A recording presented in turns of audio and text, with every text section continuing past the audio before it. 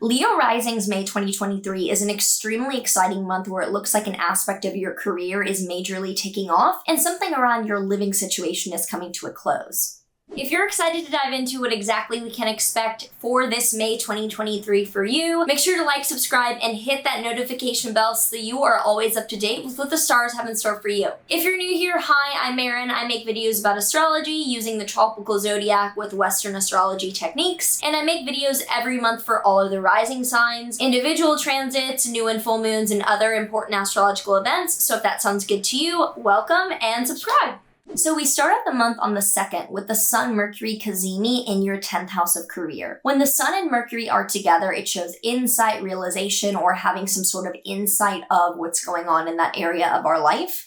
And with it in the 10th house of career, you could be starting out the month getting a very significant informational kind of news in your 10th house of career that's pretty out of nowhere. Then from the 4th to the 5th, Venus in your 11th house will square Neptune in your 8th house. So the beginning of the month is very social. You're out and about with Venus in your 11th house of networking and friends. Things are going well for you socially beginning of the month. But squaring Neptune in your 8th house shows that there could be some confusing financial circumstances that your friends get you into. And you want to make sure that there's clarity and you're not doing anything that feels like it's egregious or a defiance of boundaries financially. Then on the 5th, really big thing happening is there is a lunar eclipse in Scorpio in your 4th house. So lunar eclipses are endings of something very important that we began 6 months prior. So about 6 months ago in November, you may have had a new beginning around living situation or family. And now there's a very clear departure or ending of that chapter around home or family that will be very important to start out May.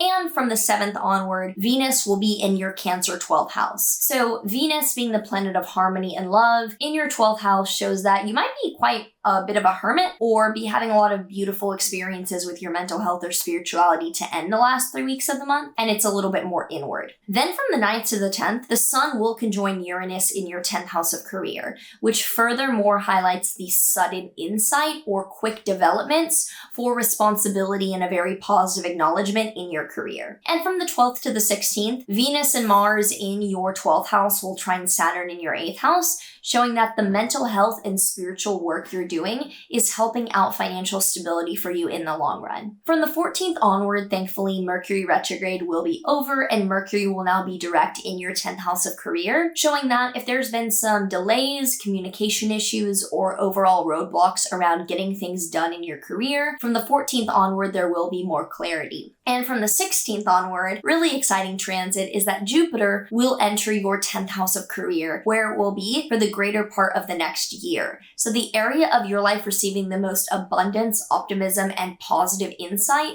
will be your career over the next year. And from the 14th onward, Jupiter will square Pluto in your 7th house, showing that the career success you're having is motivating a positive transformation in your close relationships. And on the 19th, furthermore, there is a new moon in your Taurus 10th house, an extremely abundant, extremely positive, very exciting new beginning clearly happening by the end of the month in your career. However, from the 19th to the 21st, Mars in your 1st house will oppose Pluto in your 7th house, which shows that there could be some tension between you going after something and the transformation of your relationship where they're a bit at odds. However, with Mars squaring Jupiter in your 10th house from the 20th to the 25th, your career developments are very positive, and even if they're leading to transformation that is uncomfortable, it is a net positive. Even though from the 20th onward, Mars will be in your 1st house, which generally shows that we are an aggressive go-getter energy. Mars in the 1st house shows that we are going after stuff. We are full steam ahead. We are pursuing our goals, but it also means that we can be more accident prone, so do be aware of that. And from the 21st onward, the Sun will be in your Gemini 11th house, which is a little bit more extroverted and more social. However, to end the month from the 27th to the 29th, the Sun will square Saturn in your 8th house, so finances could be a roadblock to connecting with people if there's a lack of clarity or they're defying a boundary. If you have any thoughts around what this means for you this month, do comment them down below. I would be interested in hearing how you're feeling about this upcoming May. The Oracle deck card that we have for Leo risings this May is I affirm that all in life is sacred. So if there's some really awesome stuff going on in your career, obviously that's sacred, but maybe so is the uncomfortable changes that have to go on in your relationship and home life as a result. If you enjoyed this and you would like to learn more with me, I do offer daily horoscopes, weekly horoscopes, and other exclusive content at my passes linked down below. You can find all sorts of courses and more extensive videos there, as well as my private readings if you want a one-on-one live session with me for your chart. Those are linked down below too. Otherwise, I wish you a very happy May and end to eclipse season, and I will see you in the next one. Oh, but there is one thing you're all